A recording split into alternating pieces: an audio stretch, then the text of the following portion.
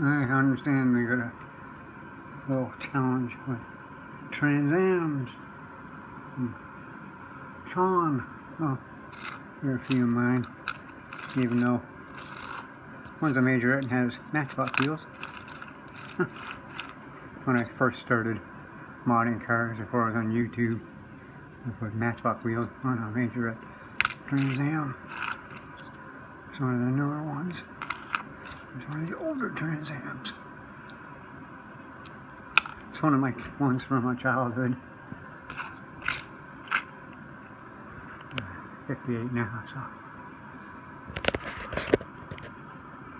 I'm having a good time of things, folks, but it's still doing response to a good fella.